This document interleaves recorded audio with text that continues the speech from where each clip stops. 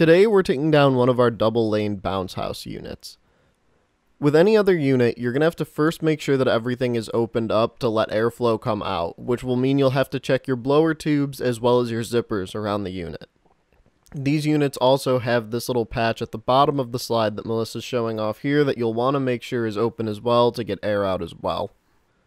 The major difference with this compared to some of our slides is due to its shape, there's a lot more excess that needs to be folded in to make this sort of square form so that it's easier to roll.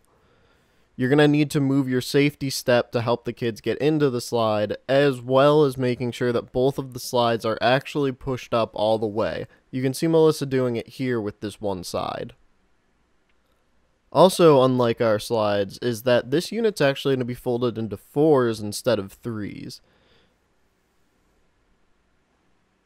You can see that Melissa basically pushes in both slides about an equal distance, and then will continue to fold one last time onto itself, making a sort of half fold.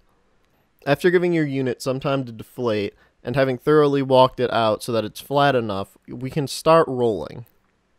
Make sure to start with a tight roll in the beginning to keep the roll from becoming too thick. You want to make sure that your roll is going to fit into the bag at the end. You may need a little bit of help, which is why we here have a third person walking out across the unit as they roll it.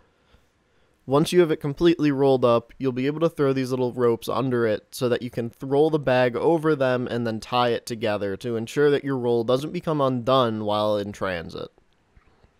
Like always, we find the best way to get these bags onto the units is to put the bag over the top, and then after getting it about halfway, flipping your unit over and pulling the bag upwards.